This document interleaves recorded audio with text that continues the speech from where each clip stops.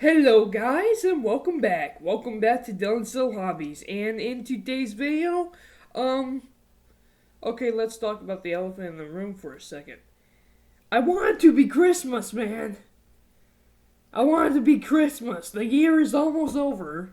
It's 2020. I mean, come on. 2020 isn't exactly the greatest year ever. I'm having a decent year, but I mean, it's 2020.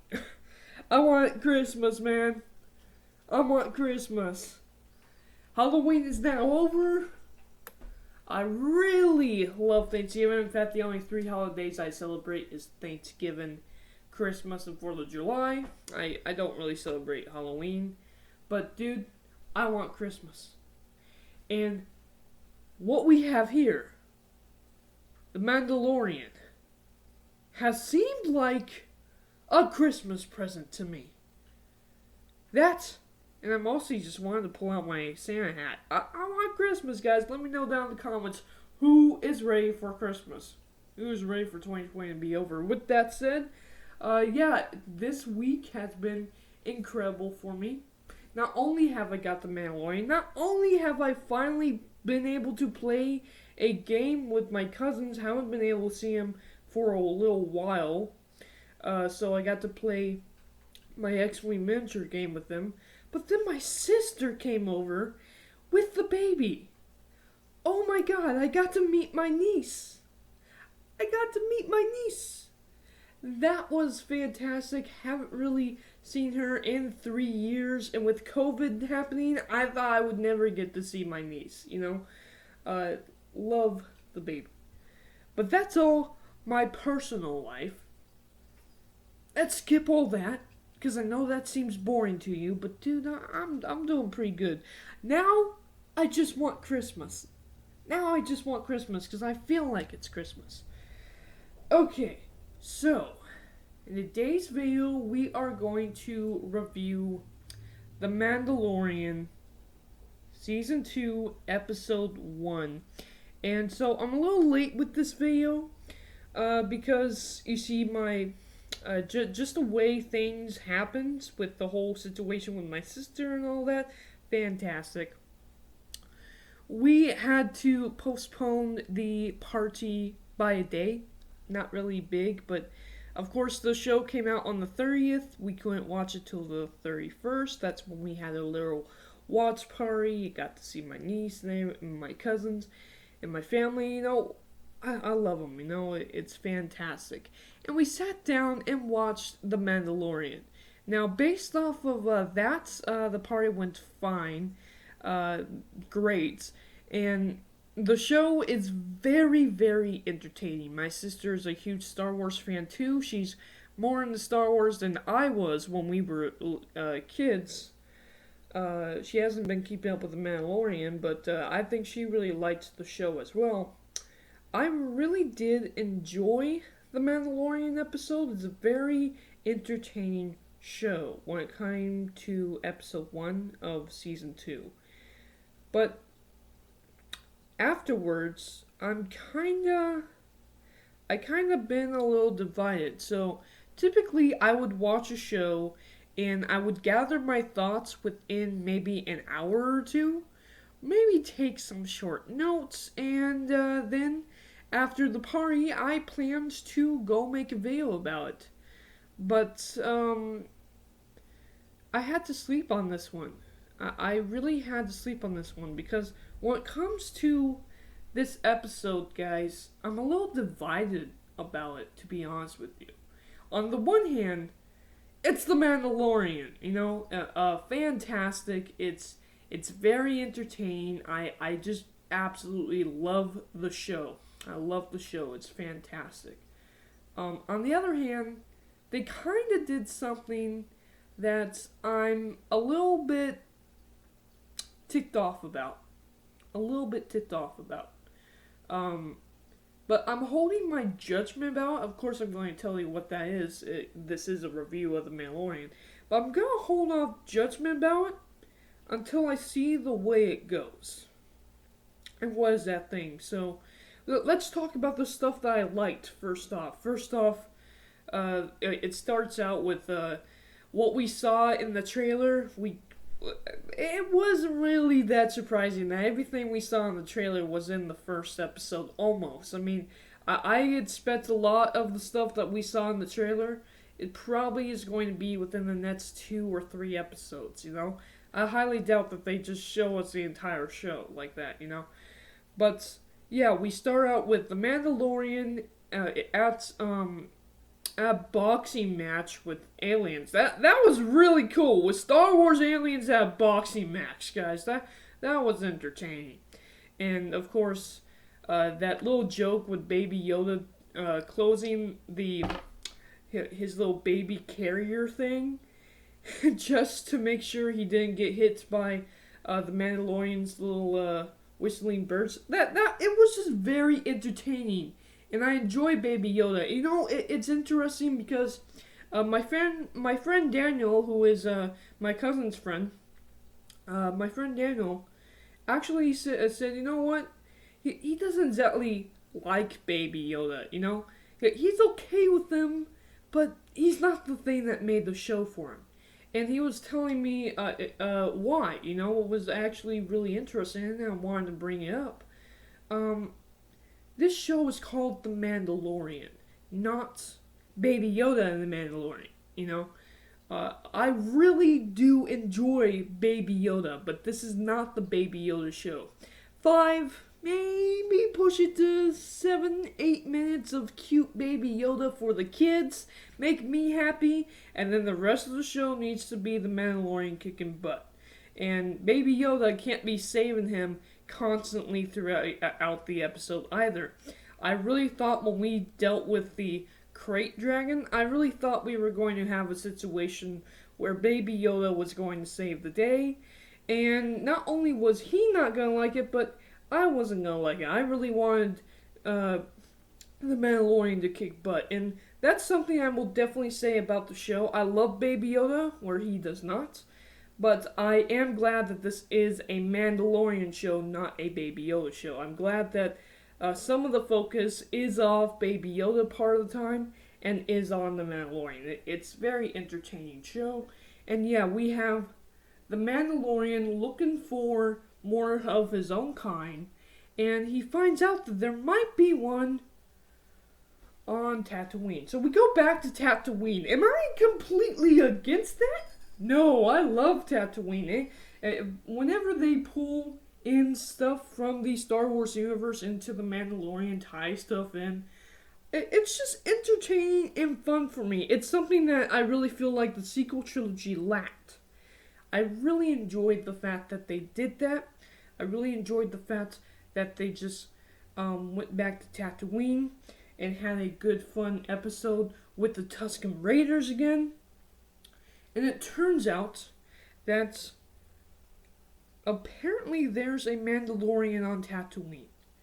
Where is the Mandalorian at? Some way off village on Tatooine. He goes there, finds the Mandalorian. It turns out it's just this guy who stole Mandalorian armor. He stole Boba Fett's armor. How did he get it? That is actually answered right after Episode 6. And I love the fact that they did this. Right after the second Death Star blew up. The town was safe, the town was free, but then the miners walked in the town and decided to tear apart the town, as well as this gigantic crate dragon now.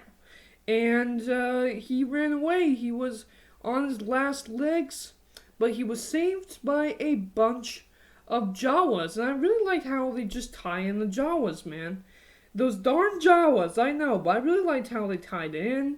And he finds out that they have Mandalorian armor. They have Boba Fett's armor.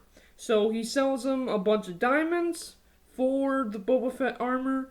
And that's how he ends up wanting to save the town. Now, the Mandalorian wants that armor back because it belongs to his people. And so they make a deal. If you can help me take out this crate dragon, you can get your armor back. It kind of goes that way for quite a while until they find the Tuscan Raiders. And the Tuscan Raiders are mean people. You gotta know they are. They're Tuscan Raiders, man, but I really like the fact that we are getting more of that because the show is really picturing them as not just mean, terrible, terrifying creatures that destroy. You know, they actually have somewhat of a family concept to them. And yeah, they're a little bit standoffish, but it's okay. And I really like the fact that the show is showing that.